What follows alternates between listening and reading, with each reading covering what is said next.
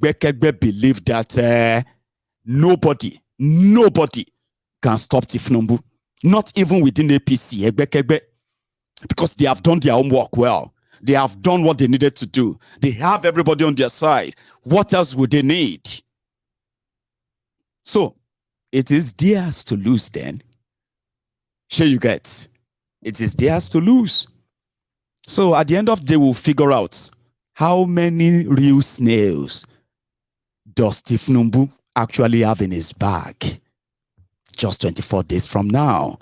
Now, talking about Nigeria and then the octogenarians who are coming to help you fix a future that you are going to feature in, and they are likely not going to feature in that future, but here we are, Atiku and SPV. Yes, I'm corrupt. Was that your voice on that, that video and that thing we are listening to online?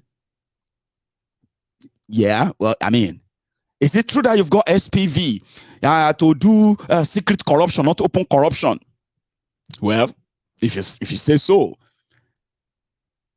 If you become the president of Nigeria and you need medical care, are you going to go abroad for medical care? Of course. Do you want me to die? If Nigeria cannot fix me, then I'll go abroad. Do you want to listen to that? That's Atiku's responses to the BBC interviewer, which I'm going to share with you. And the credit also goes to them, BBC Africa.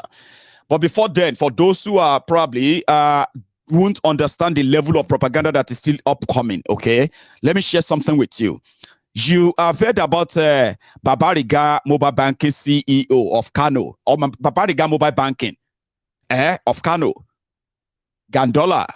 Anyway, you are about to have the Jaga Bandits. Jaga Bandits, Olowele, Oloweyo, Pashiparo, which is money exchanger, money swap, and then a mobile banking of a new currency note. Have you seen them before?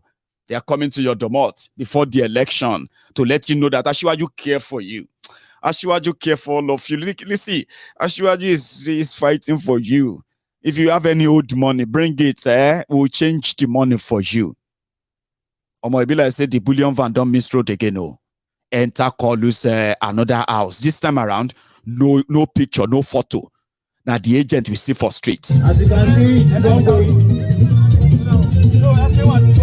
Instead of you going to express yourself to the back, we are here to the old Naira notes. And this is as a result of the unreserved and more to be work of the incoming President of the Federal Republic of Nigeria, Alhaji Bola Ahmed Tinubu Asiwaju. The ongoing program is proudly sponsored and powered by Tinubu Mobilization Squad. Don't forget to get your PVC. Don't forget to get your PVC. Vote Tinubu. On your mandate we shall stand, Tinubu. On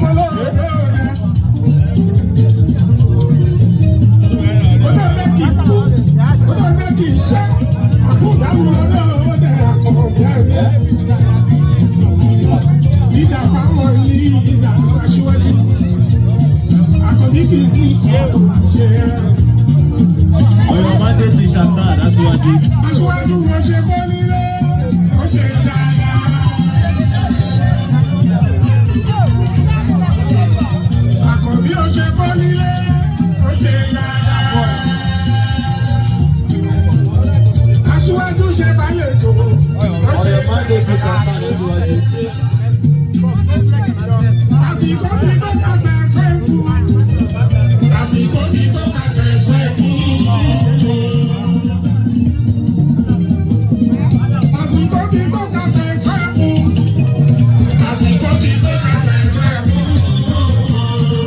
The ongoing program is proudly sponsored by.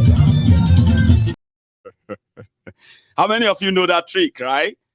I mean, you see, when I was a boy, this I'm talking about when I was probably like about let me see, 6 to when I was about 8 years old, and the adults back then, they were like, MKO, Hope 93, MKO, Hope 93, everywhere. And all the musicians are making songs for MKO. So, in our small town, Odogbolu, and we heard the adult, they were talking about immediately MKO last song, as MKO is trying to be president of Nigeria. You know, he's already rich. He has so much money. He's in fact lending money to Nigeria. He's lending Nigeria money. That's how rich MKO was. So MKO doesn't need any government money. In fact, if you know how many sheep of food, rice, milk, this one, that one, petrol, thousand. They are coming. They are on the sea. Immediately, MK will become president like this. Bass. Hey, everything go just cheap. I don't know how old you are, but if you are as young as I was in 1992, you will remember what I'm saying. MKO is bringing rice. MKO is bringing this. MKO is bringing that. Poverty will go away and all. You remember? Kolu is bringing new notes. Don't worry. Emefiele can do his worst. But just know that President Kolu can take care of you. President Kolu is going to bring. You know that fuel, there is scarcity, Abi. Don't worry. Very soon, President Kolu's ship will arrive and they will begin to offload petrol. All of this are going to be part of what you are going to experience in this February. I just thought I should tell you, sure you get. However, Mr. SPV Atifku, you might want to listen to this before I go to the next thing. Take a look. The office of the president. So why do you insist on becoming the president of Nigeria? Well, first of all, let me start from a private perspective. I have many kids, children. I brought them up well, sent them to the best schools, both within Nigeria and outside. As I normally tell them, I have lived my life. But if I should bring them all back home, what kind of a country am I going to live for them?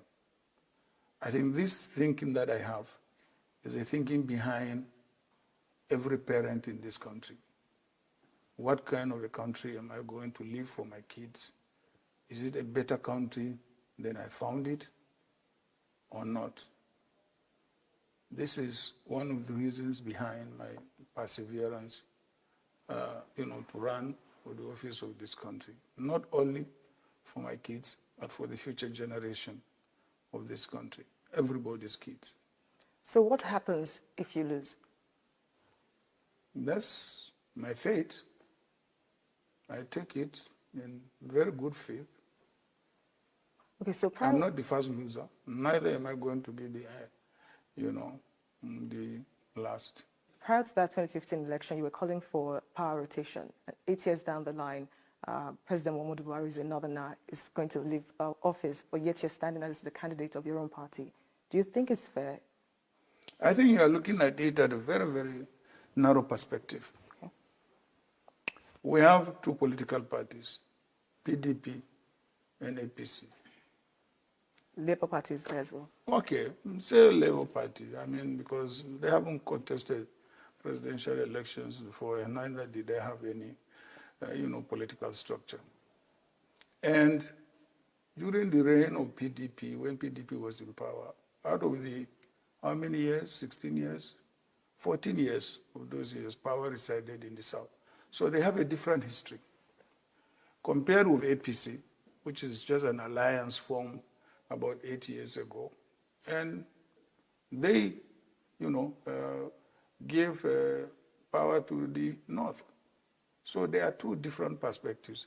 But Nigerians, in a very narrow sense, lump all together to say as if, virtually power since the start of our democratic process has been residing in the North. A very, very wrong perspective. So let's look at the health sector. For in the country, you are going to produce more doctors. And then it becomes now the issue of will you have a fair remuneration, a living wage for doctors in our country? We can do it. We have the capacity to do it. We will do it. We can. Now, there are rumors around your health status that you've been going around for treatment out of the country. Can you address that? I don't go for any major treatment abroad other than normal medical checkup. The only medical problem I have was, if you recall, in 2006, in an election year like this, I tripped from staircase, and injured my knee. And I went to Germany for treatment. I didn't have any fracture. I just have what they call a tendon rupture. And then the tendon was brought back and so that's the only sickness I have. And if the electoral authority says we should produce our medical report, I'm ready to produce my medical report. In essence, are you saying that if you win the election, you're not going to travel out of the country for any form of medical attention? As long as whatever medical attention I require is available in the country, I will avail myself of that facility. But if it is not available, what do you want me to do? To sit down and die? As the president, you'll be, of course, you have all the power to put things in place in the health sector. It is going to be cheaper for me to bring in medical personnel from abroad and equipment, or to fly in and out, whichever is cheaper for the country. That's what I'm going to do. Civil society organizations have been calling for candidates to declare their assets and liabilities. Are you willing to?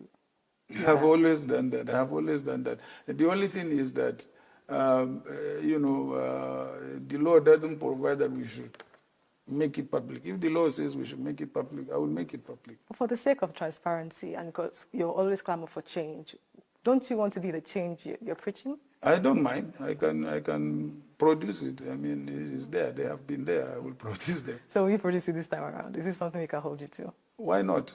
All the regions in Nigeria are facing one security challenge or the other. There is insurgency, banditry, farmer-elder clashes. I can go on and on. So what plans do you have when it comes to security if you win the election? Well, there are a number of approaches. We have designed as a party and also as a presidential candidate. One of them is more boots on the ground, more equipment, and more training. The second aspect of that is also to consider creating state police where necessary, and so that you can have more levels of policing at various levels, at the state level, at the local government level, at the federal level. Our type of presidential system, was copied from that of the United States. And you will agree with me, in the United States, we have various levels of police. We have federal police, state police. We will work with you to build a Nigeria that is not corrupt. I bring you a message of hope.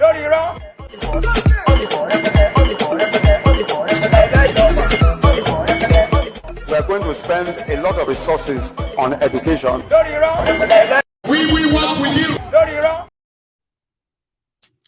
There's a reason why I had to bring in that Atiku in between, because according to let me see if I still actually have that clip. Give me a sec. If it's not the same, I'll just explain it to you. Okay, I believe I do, but if I don't, I'll come and explain it. But listen to this. From the manifesto of the party, it's important to understand that. Is there a division? Because the people in the villa, some people will argue that they're parts of your party. No, most of them are not. That's what is interesting. Most of them are not. Is there a division between those around the president and those within your party right now, which is affecting your party's presidential campaign council? I believe there is. I believe that there are elements in the villa that want us to lose the elections because they didn't get their way. They had their candidate. Their candidate didn't win the primaries. And I think they are still trying to get us to lose the elections. And they are hiding behind the president's desire to do what he thinks is right. according to Bokwari desire, he wants to capture those who wants to use money to buy the election. And he, Hel Rufai of Kaduna, feels like it is going to boomerang. And most of the people advising Bokwari inside that villa, they are not members of APC. Now, let me help you with the conspiracy theory they are cooking. Now, 3 theories. Sure you get. The first one was that Lawan, who happened to be the supposed anointed candidate of Bokwari, Pastor Ruga, that came second in that their Congress, and who has withdrawn himself or withdrawn back to his shell since then. So the conspiracy theory there is that Tinubu has hijacked, Tinubu hijacked the ticket. Now he's going to do everything to also hijack the party. And once he hijacked that, it's like a power grab. Sure you get. Therefore, they have to stop him. But here is their theory. They defeated Lawan. They defeated Pastor Ruga. But they now have realized that, handing over from Bokwari to Tinubu, the first gap is Muslim to Muslim, north to south, Abi. The plot that prompted Tinubu to pick a terrorist sympathizer, shitty man, as his running mate, a conk jihadist Muslim, in order to impress those who are up north, telling everybody that since they all know how Tinubu, right, bought the ticket, an infidel, in their own description, they can't trust him. So with that, the bigoted ones among them, according to the El Rufai and gang, they have started working for Atiku inside the Aso Rock. The 2 theory was that they will stay within and weaken their presidential candidate, Kalu. And when the time is so close, surprisingly, a barrage of the campaign will hit APC, die minutes. Even though they would have to have already kissed the incumbency factor goodbye, like a lone fight. The likes of El Rufai and gang, if whatever they are pushing is not going to work, right? If the heat gets heater, they will dump a Kalu. They will have to dump him. So that's why they have to use the people now. And they are starting that with, listen, some people have hijacked our party, APC. They have also hijacked Bokwari, the president. Everything they are doing right now, they are doing it in order for us to lose, but for one man to gain it. Atiku. Ridiculous, Abi? Now you they think I'm that way. Well, I am, even me myself, right? I believe they will do everything and they will say anything just to ensure that you will sleep, you wake up. INEC will announce a call and you begin to wonder how did how did they rig? You know what I mean? It doesn't really matter to them. Call them that they rigged, they stole it, they kill you, it's a bloody disorder. They don't care. All they care about is power, and they don't care how they get it. That's what I've noticed. So their theory and their propaganda is going to be based on that theory. It's already out there. I'm not trying to make this up for you. Pastor Ruga is already crucified. They believe that Pastor Ruga is there inside the Aso Rock, right? And he's doing nothing to help Tinubu get a bit of support and leverage. Meanwhile, Pastor Ruga is just a diaper changer for Bokwari. You know that. He's useless. It's nothing inside the place. When he's bored, you call his photographers to take his pictures, his videos when he's sitting with by a computer or taking a call or meeting some photo up, and they'll put them on Instagram, on Twitter, everywhere, just to let you know that he's still here. They call him Judas Iscariot. That's what they call Pastor Ruga. Because they believe that he has a hand in all that is going on. But these cowards are so scared to publicly say, Nabokwari no one Tifnumbu. So they will condemn everybody around there, Bokwari, and they will single him out and say, he doesn't know. And that is why they are now organizing attacks on him. Just pray that the next attack on Bokwari is not going to happen in your state, anywhere in southern Nigeria. It's not going to be funny. They will, you might not be so lucky like those in Kano that brought thousands of stones and they were ready to stone Bokwari's chopper down. All of these are organized by these guys. Sure you get. They are those who are like, maybe if we begin to let Bokwari see that he's attacked. So next time when we tell him that these people they are making people hate you, people don't like you anymore. But Bokwari is deaf and dumb. Sure you get. He's been deaf and dumb to millions of you for 7 years. You know that. Why is he going to start listening? But here is here is a Jara. That is why I said, do not celebrate. Even when you see the smoke coming out of their house, don't celebrate, don't rejoice about anything. Okay? Because these are murderous jihadists, bloody, cold-hearted criminals. They can burn the whole house down to get what they want. According to them, they can rebuild it if they have to. They can burn the entire Nigeria down. Just to what? To keep power.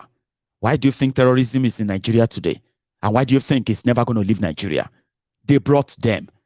And they have publicly confessed to that they brought them. They never thought anybody was going to hand over power to them. Then good luck Jonathan gave them the power. The terrorists they brought, they've got nothing for them. See, I'm not making this up. It's a public, generally known information. They brought these terrorists. The terrorists have confessed. Even the rufai confessed. So they will do anything. If they have to burn Nigeria down, they'll burn Nigeria down. So don't celebrate, because here is the Jara I wanted to tell you. These guys have committed so much crime. Bokwari have done so much damages that the moment they lose their power and they fail to cover their ass. When I say lose power, I'm talking about where they are in a very, very no better chance of making any decision or choosing. When somebody else can actually come after them. I mean, it's genocide that they have committed around Nigeria.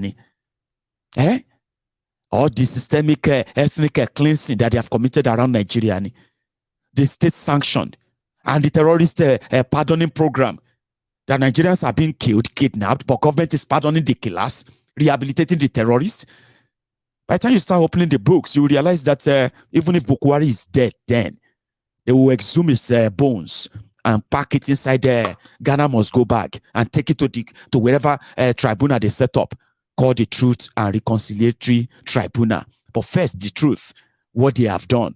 So to cover all of this up, do you really think they will want to take a risk of somebody not from their own occultic APC taking over? Do you really think Bokwari and his gang, with what they have done, Malamu and co, they will want the power to go just like that to anybody's hand because they don't want Kolu to be president? That is where I want you to not celebrate anything. You see, when they destroy themselves, you know, you notice it. But for now, now tear they tear, and they are still pretending. But it won't take long. If you are following them here and there, you will realize that the frustration is coming out clearly, little by little now. But it's going to get to a stage whereby it's not going to be just talk anymore. You're going to see some actions, and it's going to be APC versus APC. Around that time, you can begin to say, okay, be like they already destroy themselves now. Be like the destruction is real now. Talo yibon. You know what I mean? Before you know, they don't count body. When they begin to count body, then you can begin to kind of look forward to the implosion of a fake contraption that these criminals came to expose. Now, as El Rufai said, these people want to bring Nigeria down. Let them do it. Be our guest. It's just that disobedient they don't want that. Now, here is another problem. And I need to tell you this. And I'll keep reminding you. You see this obedient, obe this, obe that they told you is nothing, or that you still think is nothing. See, I'm not saying you should see them as anything go. But somehow, it be like say, don't the president where they paying them all. And I'll tell you what I found. They didn't expect anybody to actually come out anywhere and say they are following Obi in northern Nigeria. 10 months ago, that would be like unbelievable. They were even saying it publicly. It's impossible. It's never going to happen. It's a joke. But do you know what has happened? Since the time they went to that Jos, and they went to that Kaduna, southern Kaduna, they went to this. Now, APC, Egbe, guess what? They are accusing Obi of playing religious politics. Can you believe that? I told you, this is February. Una go have to deal with a lot. Unfortunately, those who are going to be wailing are those who called you wailing wailers for years, for trying to point out this fraud, this calamity, believing that you could probably save lives for years. These hallelujah boys, these vuvuzelas, these all-risers, these Facebook ads men, social media bandits, all these crumb eaters, crumb chasers, ass lickers, all-risers. They were calling you wailing wailers. They called you liars. They tag you enemy of Nigeria. But guess what? During those 7 years, Bokwari and APC, Egbekebe's policies continue to destroy Nigeria, divide Nigeria, divide Nigerians, and impoverish them, terrorize them. The Hallelujah boys, when you complain, they say it's because you didn't like Buhari. It's because you ate a Fulani. People are dying. They say, stop saying that. It's the only in Nigeria. People are dying. People are poor. They are hungry. It's the only in Nigeria. All these Hallelujah boys. That when Tinubu and Shitiman, when they came out, think calm now. The same Nigeria with them born you. Where you know that a lot of you are more religious than some of the prophets that you claim to believe in. You are more holier than God. A lot of you, because of your religion, whether na Muslim or whether na Christian, or you are so mad with that your religion that you have turned yourself to deputy or secretary general to God, who can actually tell us what will happen to people who don't believe in that your faith. But suddenly, Muslim ticket doesn't matter in Nigeria, and you want to justify that, and you didn't see any religiosity in that. Baba, it divided Nigeria more. But guess who is gaining from that division? It realize everything we did wrong with APC, PDP. Everything that is wrong that they have done wrong with Nigeria, the only person that is benefiting from the consequences of the people's reactions, right, is Obi. I'm just trying to state the fact here. Because you see, these mad people, they told Tinubu that they will never follow him, they will never vote for him. If he should choose somebody from, as they do in Nigeria. If the president is from the southern Nigeria, he will pick a deputy vice president from northern Nigeria. If the president is from northern Nigeria, he will put a deputy from southern Nigeria. Now, in Nigeria, where you have two countries, put it that way, apart from the nations, I'm saying, as Nigeria is, you have northern Nigeria, which is more powerful than Nigeria generally. The Nigeria has a law. That Nigeria law covers the southern Nigeria only, because there are other superior law from northern Nigeria that are associated with religion, Sharia, Islam, Sharia, threat here and there by people, by criminals who are using religion, the religious threat, oppression, suppression in northern Nigeria, using Islam that they don't believe in, spreading terror, hate, and the rest for decades up north. They have now painted a picture that northern Nigeria is a Muslim or Islamic region. So if you are a Christian in northern Nigeria, it is a privilege that you are from northern Nigeria, but you are nothing. You are an infidel, an unbeliever. If a believer, an Islamic jihadist, a terrorist kills you, you are just a waste anyway. Now, that is what they made the northern Nigeria a monolithic north. And there is nothing monolithic about northern Nigeria. It's all for politics. Northern Nigeria will never change. They always vote. The Muslims, they always decide this and that. But guess what? The population of religion in northern Nigeria is actually put at 60% Muslims, 40% Christians, if you want to use them in that ratio. But generally, the population of a religion up north is actually 45% Muslims, 40% Christians, and the rest, atheists, unbelievers, or what have you, or the animists, traditional worshippers. Hello. In northern Nigeria, you have 19 states. Out of that 19 states, they've got North Central, Northeast, and Northwest. Is that what they say? North Central. You could have called the place South Central, because all those places are as close to the south as they are close to the north. But they count them as northern Nigeria.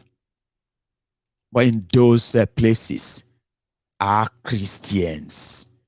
Many of them have been intimidated for years. If they fail to vote for any Islamic jihadists they give them, they will come back later and kill them or wipe them off. And that has been the problems of the Christians in northern Nigeria. But you see all these jihadist fanatic mad people. They believe that since the person who is their presidential candidate is a Muslim from southern Nigeria, the ideal thing is to let somebody who is going to be chosen from northern Nigeria as a vice president to balance them up in Nigeria, to avoid all of this. Must be a Christian. Since a Christian is nothing, if you are a Christian, even if you are a Nigerian, you are going to be operating under a different law in some part of northern Nigeria, Islamic law, that those drunkards, those drug addicts, those pedophiles, called clerics, and the rest of them are hiding behind religion, have been using over time.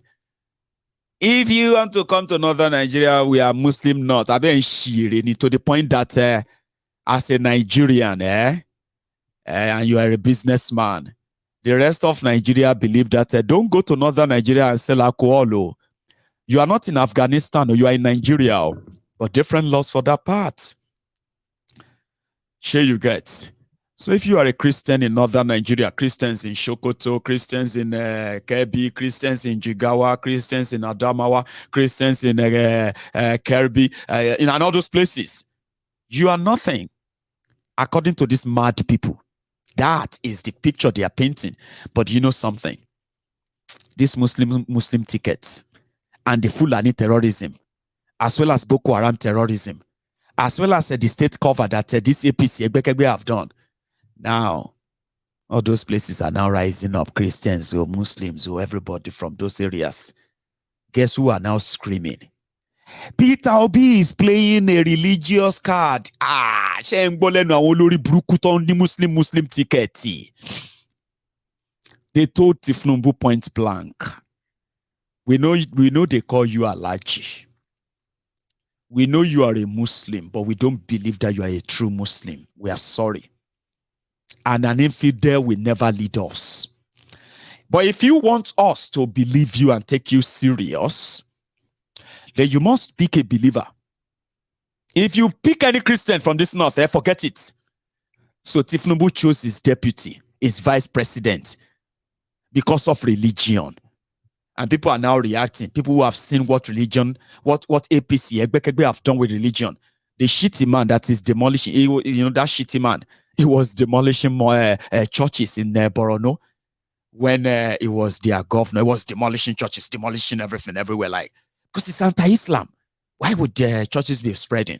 In Kaduna, El Rufai gave some kind of laws to the churches and said, if you don't follow this, I don't care about your God, I will demolish your business center. They know it. To let them know that they are nothing, they should stop bragging that they are anything. He chose a Muslim himself. He chose a Muslim deputy governor. Is in Kaduna, where you have Christians and Muslims, or the same Kaduna some of you grew up,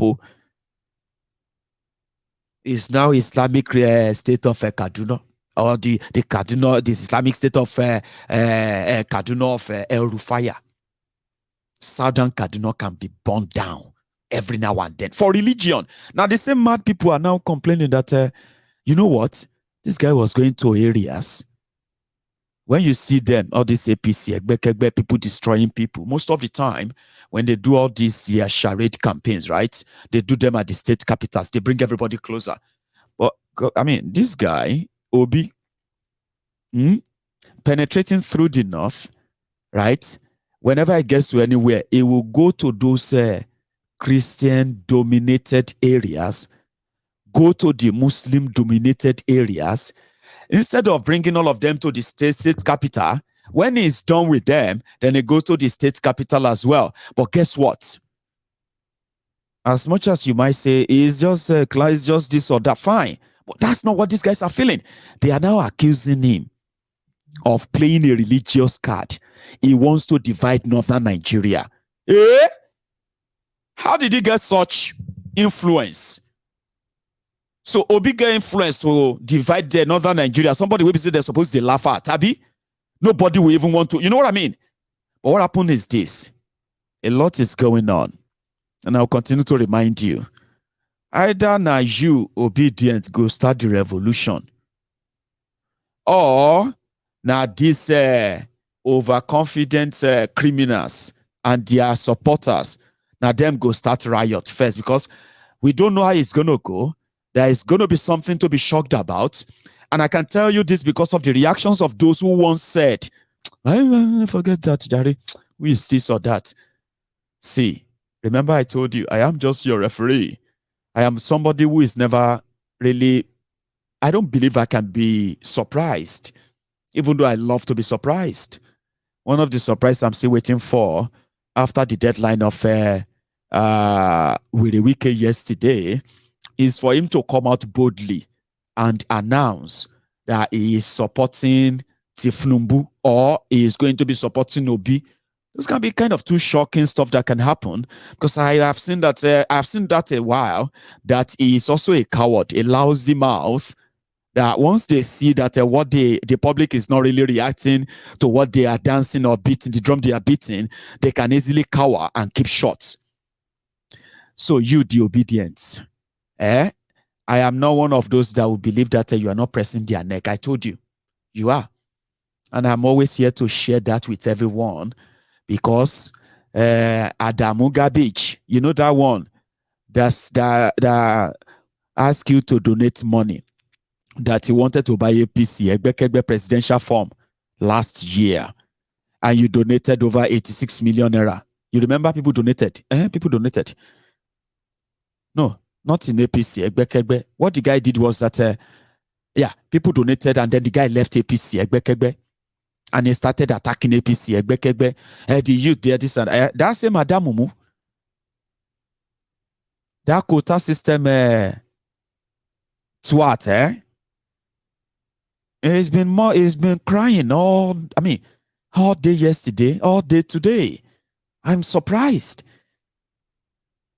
They said that Peter Obi and Obediento They are going to create a problem in Nigeria because they are playing religious card. Christians in communities that people don't visit, people don't go to. APC, Egbekegbe never visit anymore. People are trooping out in their numbers. In Gombe, in Southern Kaduna, in Plateau. Listen, these are happening. And if all of them should mean something, then you should be concerned about their worry too. They are desperate now, and they're going to make a lot of desperate mistakes. And I'm just here to keep the record. In one of those outings in northern Nigeria, this one, Kotundabi, somewhere for Gombe, I believe.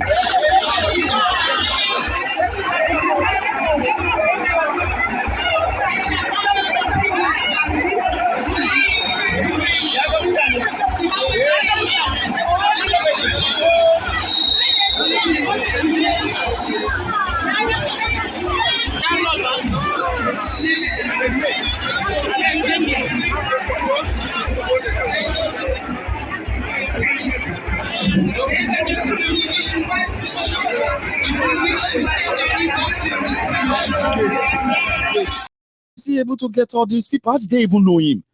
They say nobody knows him in northern Nigeria.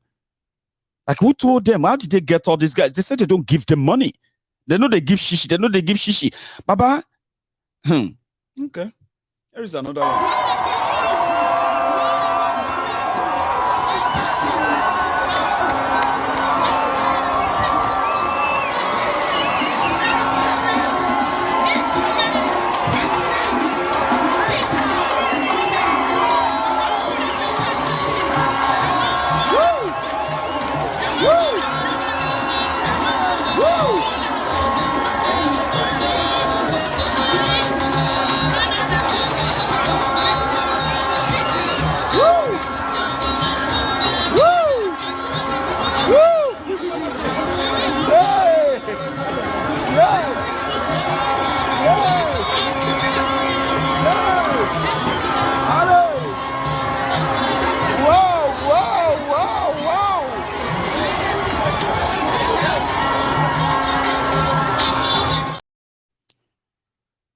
That's just that, right? But it was in Sokoto today to go and see their sultan, a sultan of Sokoto. And guess what? The obedient everywhere, they have been buzzing. You know, people need all this validation, so to say. And I can't really envy you guys, because somehow, you have to create your own happiness, yeah? And if being part of the obedient, which we all know this story, is your own happiness, I don't want to ruin it. Sure you get. That's why I always wish you well. I wish you a successful kamikaze of the APC, the PDP, the establishment generally, which is your big wish. And I don't want to ruin it. So I wish you all the best in the karma that you are going to be, that will then kamikaze these guys. If it turn red later, you go still see me, oh, sure you get. Anybody will get one or two things against the establishment and they can push it and fight it and do all of that, they will likely be my own body. Well, you know. So let's go to Sokoto, where the Sultan of Sokoto told everyone listening that, well, was my friend. When I was living in Onitsha, before I became the Sultan, this guy, this man, this trader, very good guy. Well, I won't say much. Let's go to that Sokoto, where Obi and his team, they met with their Sultan. Let's start with this.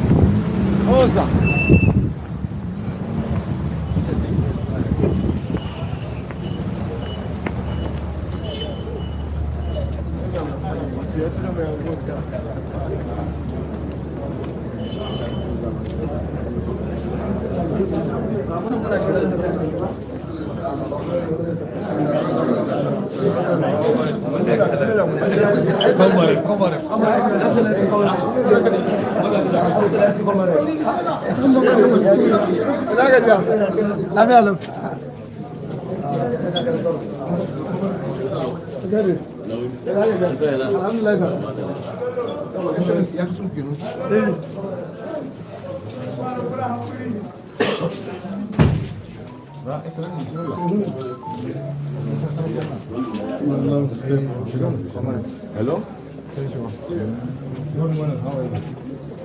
Sorry?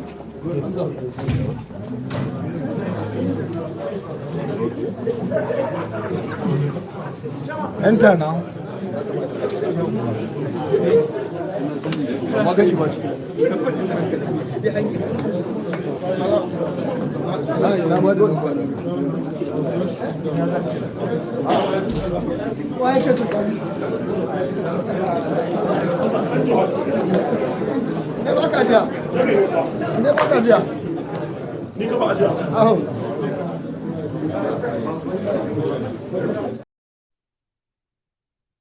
And I think this is what he himself told the emir.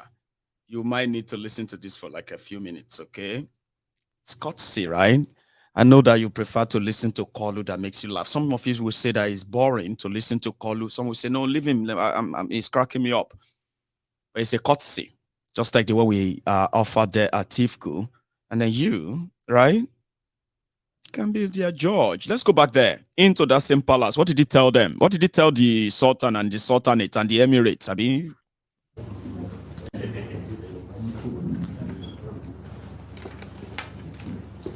Your Eminence, let me sound all due protocols. Your Eminence, we're here today to pay you highly deserved courtesy call and respect. Now, loyalty that we come to Secretary State, our campaign, but I actually wanted to come before this time, because of your busy schedule, that has not been possible. So we're gracious,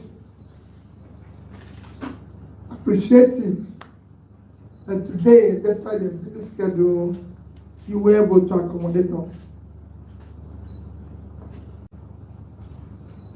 For us, as a party, and that our commitment this election is to start the journey of a new Nigeria. To say that a new Nigeria is possible. Your Eminence, you're one of those concerned Nigeria about the position of Nigeria in the Committee of States today. Nigeria has become a state of no strategic importance to the global family today. Over the past years, all Nigeria has done is to produce poverty, where we have the highest number of people living in poverty in any country in the world. All we have done is to produce out-of-school children, about 20 million out-of-school children. It's to produce unemployed youths, where we have the highest unemployed youth. It's to produce sickness in our children, where we were taking India in infant mortality. The list is endless. We're not insecure. Everywhere you will say you want to go in Nigeria, and the first thing people tell you is, why do you have to go there? Why don't you send someone? Why don't you try to do this? Your Eminence, it wasn't so several years ago. So we met a very difficult Nigeria. And that is the journey we want to start reversing. We want a Nigeria where there will be security, there will be unity. But a Nigeria where we have to start pulling people out of poverty. Because the more you put people out of poverty, the more you reduce the criminality, And we have a factor endowment that will allow us to do this, which we are not exploring today. And that is the vast uncultivated land in the north. I said every day that the vast uncultivated land in the north can give Nigeria more revenue several times than oil is doing today. Because it's shown everywhere in the world, even in this Sokoto state. Sokoto state is about 25,000 square kilometers of land. That is about 2.5 times the size of Gambia country. So there's a lot we can do if we go into modern farming today. Coincidentally, the Bank of Industry Agriculture is in Kaduna. I visited Kaduna 2 days ago, and all the industries in Bombay, Shadan 1, Shadan 2, Shadan 3 are there. City of reference. But same is happening everywhere we visit. And I know one who will be concerned with this. That is what we want to start talking about. That's why we said that this election this year will not be based on tribe. No tribe buys bread cheaper. Everybody suffers. Every ethnicity suffers. It will not be based on religion. No religion buys bread cheaper. Everybody suffers. Everybody's going through. It should not be based on anybody's turn. It's turn of Nigerians to take back their country. And we in particular are saying it should be based on character, competence, commitment, compassion. So we can start doing the right thing. I have said repeatedly, I want to start the journey of pulling our youth as quickly as possible out of poverty. The huge number of poor youths that are all over the place in our country today is unacceptable. And we want to start the journey of doing that. It is time to start putting our children, those they say the out of school children. The out of school children, which they say is mainly domiciled in the north, are people whom I have interacted with. And they've learned Quran. And I've said it repeatedly. I meet them at the point where they're learning Quran and teach them skill and get them to be employed. Because they can be very productive. We need to get the country to work. Your Eminence, I don't need to tell you more. Because if there's anybody in this room that knows me very well, it's Your Eminence. You've known me for about 40 years. You've known me when Nigeria used to be like a country of celebration.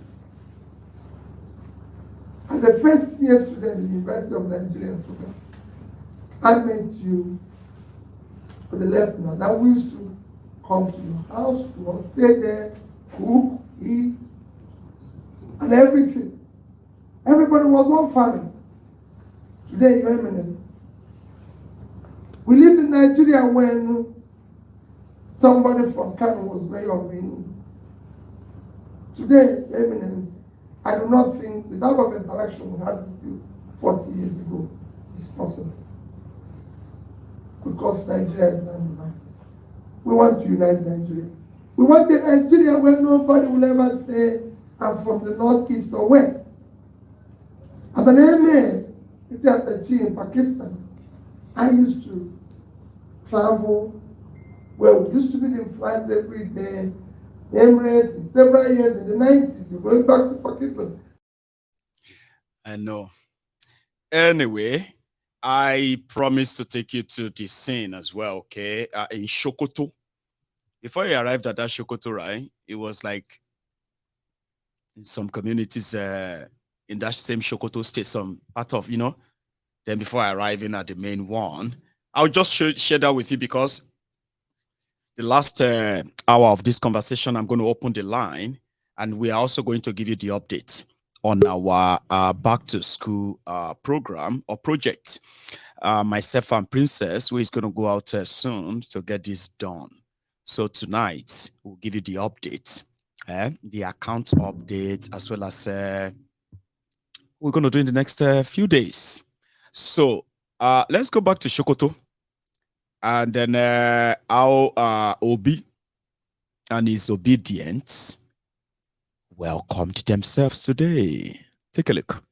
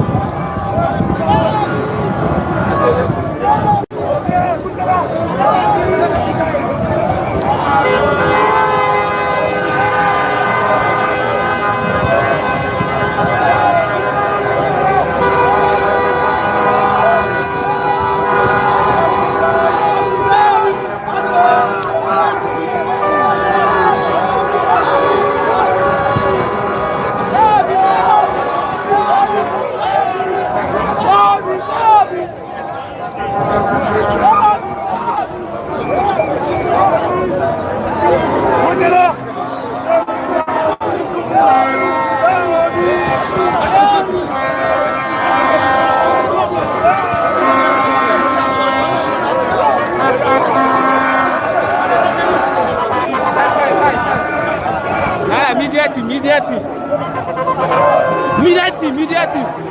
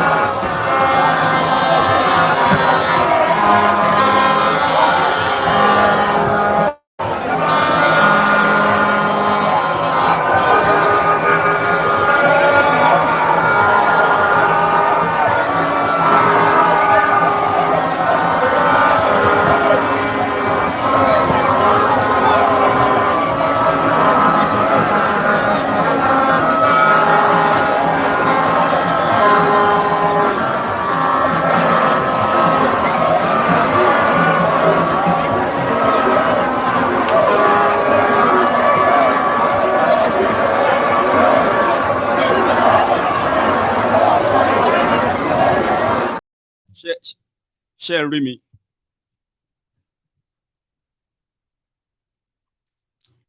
Babu Komi de okay. Well, she's not seeing me.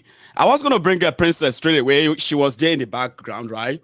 And I was doing all this like you know, trying to do some sign language that you know, like.